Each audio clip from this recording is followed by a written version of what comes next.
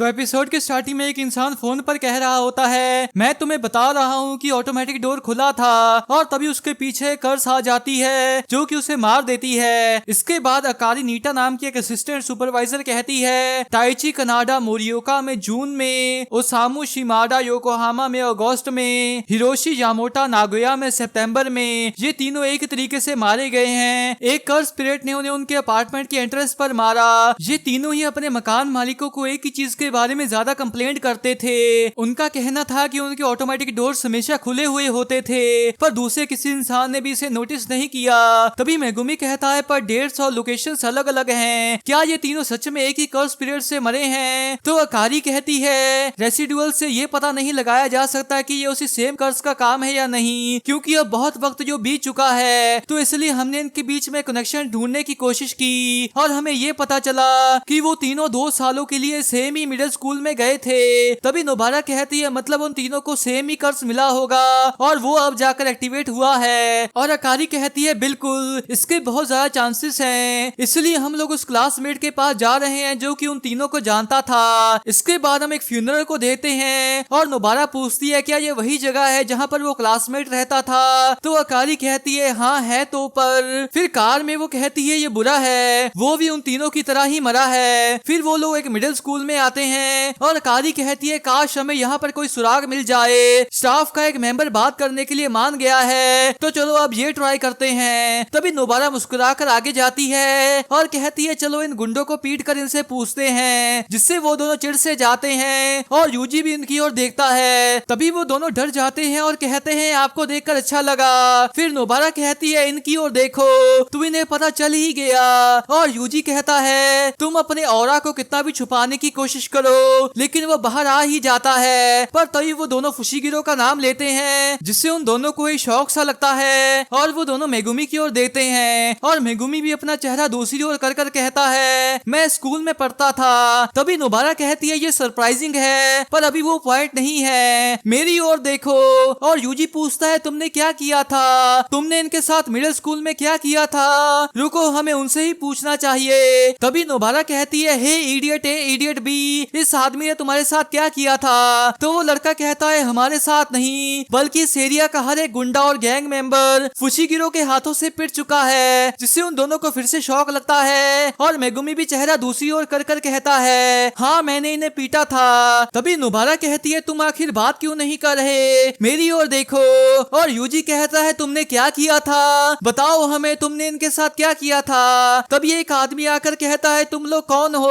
दूसरे स्कूल के स्टूडेंट्स का यहाँ आना अलाउड नहीं है। तो नोबारा पूछती है, तुम कौन हो? तो यूजी कहता है, क्या दिख नहीं रहा, वो एक स्टाफ मेंबर है। तभी अकारी कहती है, हमारे पास परमिट है। तो वो कहता है, अच्छा तो वो तुम लोग हो, अरे क्या ये तुम ही हो फुशिगिरो? फिर मेगुमी उसे हेलो कहता है। तो वो दोनों कहते हैं, उन्हें तुम याद हो क्या?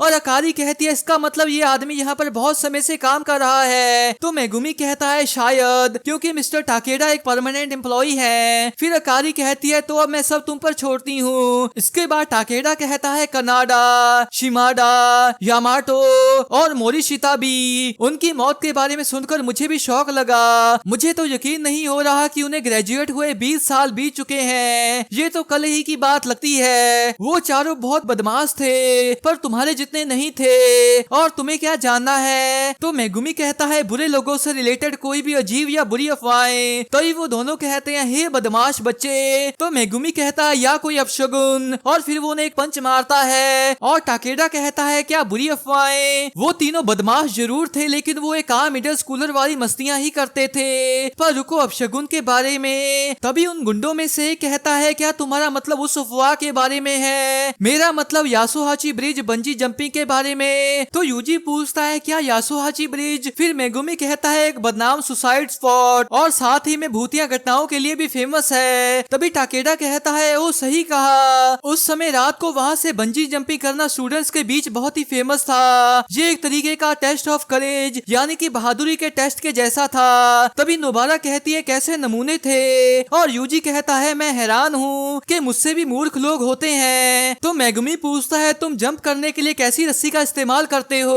तभी वो लड़का कहता है, हम वो नहीं करते, हमने बस वो पुराने स्टूडेंट से सुना था। तभी टाकेडा कहता है, एक दिन कनाडा और बाकी 3 बिना बिना इजाजत के एब्सेंट थे। ये कोई हैरान करने वाली बात नहीं थी, पर जब हमने उनके परिवारों से कांटेक्ट किया तो पता चला कि वो चारों पिछले दिन से घर ही नहीं लौटे थे। ये खबर आग की तरह फैल गई और फिर वो ब्रिज के नीचे बेहोश पड़े मिले। उन्हें इसके लिए बहुत डांट पड़ी, पर उन चारों ने हर तरह की कसम खाकर कहा कि उन्हें कुछ भी याद नहीं है। इसके बाद मेगुमी कहता है मैं यासुहाची ब्रिज पर पहले भी जा चुका हूँ। तभी यूजी पूछता है क्या बंजी जंपिंग के लिए, तो मेगुमी उसे मारकर कहता है स्कूल की तरह कर्सेस ऐसी भूतिया जगह पर आराम से जन्म ले सकती हैं, इसलिए जुजुत्सु टेक के लोग ऐसी जगहों पर रेगुलर पेट्रोलिंग करते हैं। उस समय मुझे कुछ भी अजीब नहीं मिला।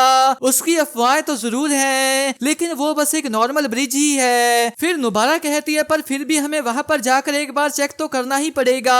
तभी टकेडा वहाँ पर आकर पूछता है माफ करना, मैं तुमसे एक बात पूछना चाहता हूँ। जब तुम स्कूल में थे तो सुमिकी तुम्हारा काफी ख्याल रखती थी, तो क्या वो अब ठीक है? तो मेगुमी कहता है जी हाँ। तभी यूजी पूछता है सुमिकी कौन है? तो मेगुमी कहता है मेरी बड़ी बहन। जिसे सुनकर नुबारा कहती है क्या तुम हमें अपने बारे में बहुत कम बताते हो?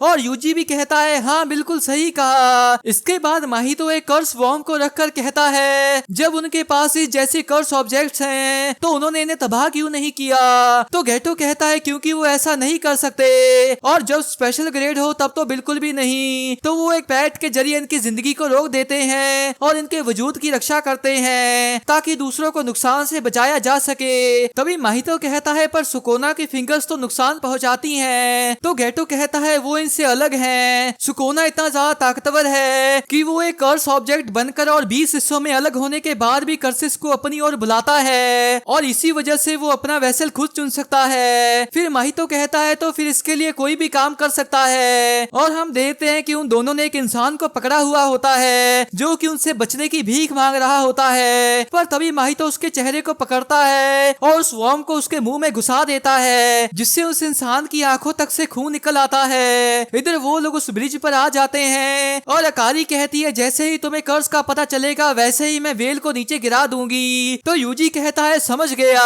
इधर माहितो कहता है हे सॉरी, तुम्हें जगाते ही परेशान करने के लिए माफ करना, लेकिन क्या तुम मेरे लिए काम कर सकते हो?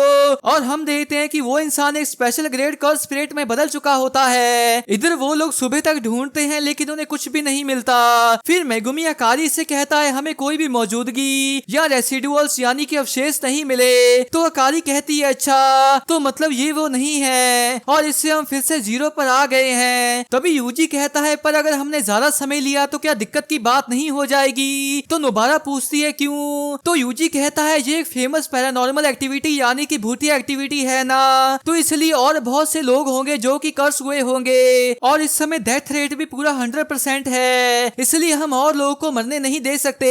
तभी अकारी कहती है उस समय बंजी जंपिंग मशहूर था ना, तो शायद बंजी जंपिंग करना भी एक कारण हो सकता है। फिर मेगुमी कहता है इतादोरी ने उसे पहले ही ट्राई कर लिया है, जिसे सुनकर उसे भी एक शौक सा लगता है, और तभी उसे याद आता है कि यूजी के हाथ में एक रस्सी थी, और वो कहती है अब ये मत कहना कि तुम उस पतली सी प्लास्टिक की रस्सी के साथ ही कूद गए। पर तभी उसे ऐसा भी लगता है कि उन दोनों ने उसे पूरी तरह से बांध कर नीचे फेंक दिया होगा। फिर वहाँ पर वो स्कूल वाला लड़का आता है और वो कहता है मुझे खुशी है कि मैंने तुम्हें ढूंढ लिया, और मेगुमी उस लड़की को देखकर कहता है फुजीनुमा वो मेरी एक क्लासमेट थी, और वो लड़का कहता है ये मेरी बड़ी बहन है। तो फुजीनुमा कहती है मुझे खुशी है कि मैं तुम्हें याद हूँ। फिर वो लड़का कहता है मैंने अपनी बहन को बताया कि मैं तुमसे कल मिला, और फुजीनुमा कहती है पड़ोस के मोरिशिता कुछ वक्त पहले ही गुजर गए, और फिर मेरे भाई ने मुझे बताया कि वो तुमसे मिला और तुम यासुहाची ब्रिज के बारे में इन्वेस्टिगेट कर रहे थे। मुझे लगता है कि ये बस एक इत्तेफाक से ज्यादा है। तभी अकारी सर हिला देती है। फिर मेगुमी पूछता है तुम्हारा मतलब क्या है? तो फुजीनुमा कहती है मेरा मतलब क्या मोरिशिता की मौत किसी तरह से ब्रिज से जुड़ी हुई है? तो मेगुमी कहता है नहीं हम बस। पर तभी फुजीनुमा कहती है मैं जब 8th ग्रेड में थी तो मैं वहाँ पर गई थी, जिसे सुनकर नोबारा को भी शौक लगता है। फिर अकारी पूछती है क्या इन दिनों घर में तुम्हारे साथ कुछ अजीब हो रहा है? कुछ अजीब जो कि सिर्फ तुम्हारे साथ ही हो रहा है? तो फुजीनुमा कहती है मेरे पेरेंट्स का एक लोकल स्टोर है और मैं जब भी वहाँ पर जाती हूँ तो उसका ऑटोमेटिक डोर हमेशा खुला ही होता है। मेरे पेरेंट्स ने कहा कि ये बस एक इत्तेफाक है पर ये जरूर कुछ और है। मैं बहुत ही डरी हुई हूँ और जब मैंने तुम्हारे बारे में सुना तो मुझे यासुहाची ब्रिज के बारे में याद आया। फिर अकारी पूछती है ये डोर की दिक्कत कब से शुरू हुई है? तो फुजीनुमा कहती है 1 हफ्ते पहले पहले, और अब तो ये लगभग हर रोज ही होता है। फिर मेगुमी मन में कहता है वो चारों ही ऐसी अजीब घटनाओं के लगभग 2 हफ्ते बाद ही मारे गए थे। और यूजी मन में कहता है हमारे पास अब भी टाइम है। फिर नोबारा पूछती है तुम उस ब्रिज पर अकेली नहीं गई थी ना,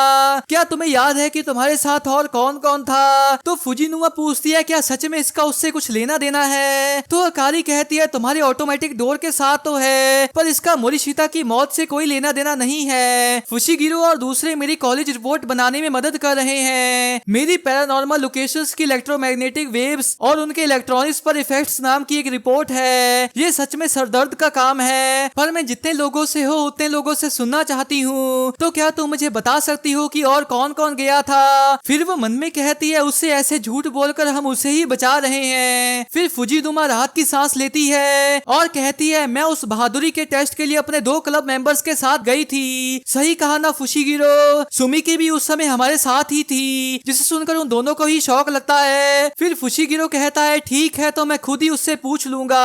और अकारी कहती है ठीक है मैं इन्हें घर तक छोड़ देती हूँ, तो तुम लोग प्लीज रिपोर्ट पर अच्छे से काम करना।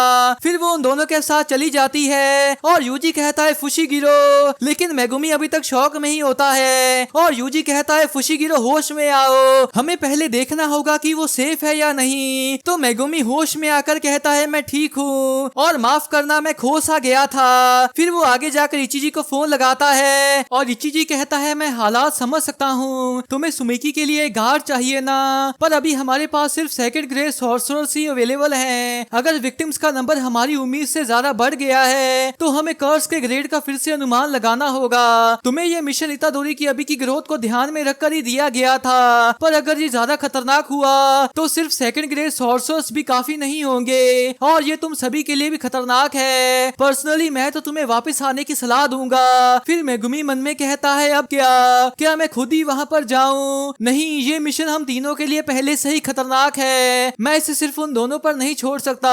गोजो सेंसे अगले हफ्ते वापस आने वाले हैं, तो क्या मैं तब उनसे इसके बारे में पूछूं? नहीं, मैं इंतजार नहीं कर सकता क्योंकि हमारे पास पहले ही कम वक्त है। ये वैसा कर्स स्पिरिट नहीं है जो कि किसी पे हमला करता है, ये मार्क किए इंसान के अंदर से ही कर्स टेक्निक को एक्टिवेट करता है, इसलिए उसके पास रहकर उसकी रक्षा करना बेकार है। मुझे उस कर्स को अभी खत्म करना होगा। तभी नोबारा पूछती है तुम मिस्टर इचिजी से किस बारे में बात कर रहे थे? और यूजी पूछता है क्या तुम्हारी बहन ठीक है? तो मेगुमी कहता है हाँ वो ठीक है, उससे जरूरी बात ये है कि इस मिशन का डेंजर लेवल अब बढ़ चुका है, इसलिए इस केस को अब दूसरे सॉर्सरर संभालेंगे, तुम दोनों अब घर जा सकते हो। तो यूजी कहता है सिर्फ हम ही क्यों, तुम्हारे बारे में क्या?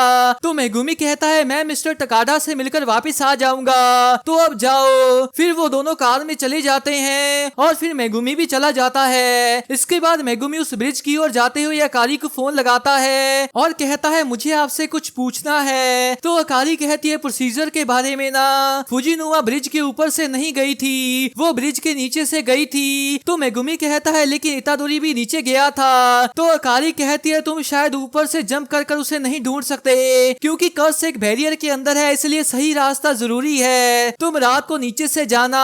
और एक और चीज, फिर मेगुमी मन में कहता है एक टेक्निक के साथ बना डोमेन हमेशा के लिए नहीं बना रह सकता, तो इसका मतलब ये बैरियर जरूर जोवेलियन सेंटर वाले के जैसा है, एक अधूरा डोमेन, इसलिए मुझे इस समय एक वेल की भी जरूरत नहीं है। तभी नोबारा कहती है तुम हमें अपने बारे में बहुत कम बताते हो। तो यूजी कहता है सही कहा, और उन दोनों को वहाँ पर देखकर मेगुमी भी चिढ़ जाता है। फिर नोबारा कहती है अगर तुमने हमें नोटिस नहीं किया था तो मतलब तुम बिल्कुल खोए हुए थे। और यूजी कहता है हम ये नहीं कह रहे कि तुम हमें सब कुछ ही बताओ, पर कम से कम हम पर भरोसा तो करो क्योंकि हम दोस्त है ना। फिर मेगुमी कहता है सुमिकी अभी तक बेड पर ही है, यासुहाची ब्रिज का कर्स सिर्फ अपने विक्टिम्स के आगे ही आता है, और क्योंकि वो बात नहीं कर सकती इसलिए मुझे कोई आइडिया नहीं कि कर्स उसे कब मार दे, इसलिए मैं जल्दी से इसे खत्म करना चाहता हूँ। पर ये सच है कि हमारे मिशन का डेंजर लेवल भी बढ़ गया है। तभी नोबारा कहती है ओके ओके अब हम ये समझ गए, और यूजी कहता है तुम्हें ये हमें पहले ही बता देना चाहिए था, और उनकी बातें सुनकर मेगुमी भी मुस्कुरा देता है। फिर हमें अकारी की फिर से आवाज सुनाई देती है जो कहती है क्योंकि कर्स एक बैरियर के अंदर है इसलिए सही रास्ते से जाना जरूरी है, तुम रात को नीचे से जाना। और एक और चीज, उसके तल पर एक नदी होगी, एक नदी या एक बॉर्डर को पार करना आफ्टर लाइफ यानी कि दूसरी दुनिया में जाने जैसा काम करता है जिसका सॉर्सरी में खास मतलब होता है। और जैसे ही वो तीनों उस ओर पैर रखते हैं तो वहाँ पर एक डोमेन फॉर्म हो जाता है और हम लोग वहाँ पर उसी कर्ज को देखते हैं और वो तीनों उसे खत्म करने के लिए भी तैयार होते हैं। पर तभी वहाँ पर वही स्पेशल ग्रेड कर्ज आ जाता है जिसे माहितो ने जगाया था और वो कहता है ये क्या, यहाँ पर तो और लोग भी हैं। और यूजी कहता है तुम दोनों उस पर फोकस करो, इसे मैं संभालता हूँ। तो वो कर्ज कहता है क्या कहा, क्या तुम मेरे साथ खेलना चाहते हो। और इसी के साथ ये एपिसोड भी एंड हो जाता है। तो गाइस मैं होप करता हूँ कि आपको ये एक्सप्लेनेशन अच्छी लगी होगी। अगर आपको ये एक्सप्लेनेशन अच्छी लगी है तो इस वीडियो को एक लाइक कर दें और नीचे एक कमेंट भी जरूर कर दें। इसके नेक्स्ट एपिसोड की वीडियो कल या परसों आ जाएगी, तो अगर आप उसे मिस नहीं करना चाहते तो इस चैनल को जरूर सब्सक्राइब कर लें। तो मिलते हैं एक और नई एक्सप्लेनेशन वीडियो के साथ, तब तक के लिए टाटा बाय बाय।